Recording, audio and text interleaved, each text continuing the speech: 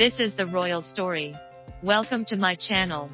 After the Duke and Duchess of Sussex Harry Meghan resigned as a senior member of the British royal family and moved to the United States, they made a series of controversial moves that damaged the overall image of the royal family and the personal image of its members, sparking the anger of many British people and royal fans.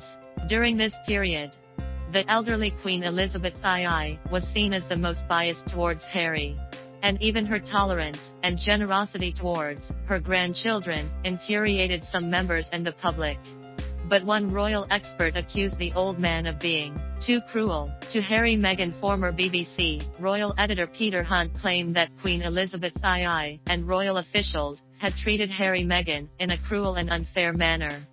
Mr. Peter emphasized that Meghan's entry into the royal family as a woman of color made up for the lack of diversity in the institution, and that she and Meghan had made an outstanding contribution to the royal family in modernizing and reforming the monarchy.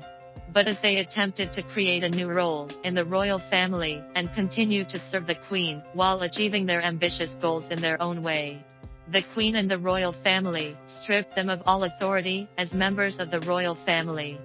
But as they attempted to create a new role in the royal family, continuing to serve the Queen while achieving their ambitious goals, the Queen and the royal family stripped them of all their powers as members of the royal family, noting that the royal family could have done more to accommodate Prince Harry and Meghan Markle, as they have done with Prince Edward and his wife, Sophie, in the past. Mr. Peter said, "They probably need to gloss over some of the history, because they managed to find a mechanism to allow Prince Edward, who is not on duty, to attend events in uniform. So they could also find another mechanism for Harry to have the same treatment. But they didn't do that." Prince Edward was the youngest son of Queen Elizabeth II and Prince Philip, and the most favored member of the royal family of his generation.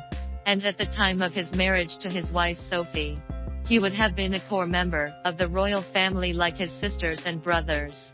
But Edward preferred the life of a commoner and refused the title of Duke of Cambridge, which was his.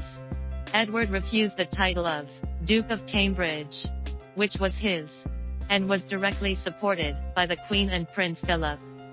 And after that, Prince Edward still enjoyed all the perks and some of the privileges of being a member of the royal family.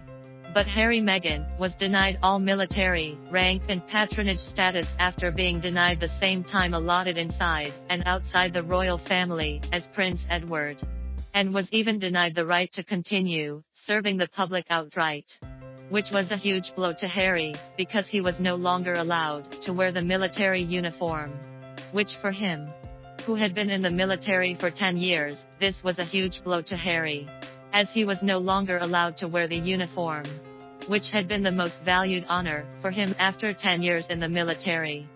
The experts said angrily that even if the Queen and the royal family didn't know what Harry Meghan had lost when she first left the royal family, and how much the loss of these duties and powers had affected and hurt the couple.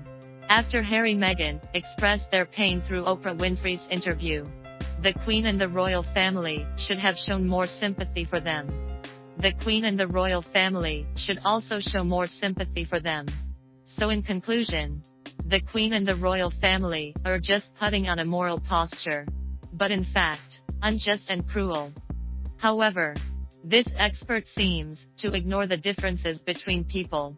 Although Prince Edward was given the power to seek a free life while remaining a member of the royal family, but he also never forgot who he should be loyal to. The Queen and the royal family is still the greatest responsibility for him. But in Harry Meghan, we never see that they have the same concept.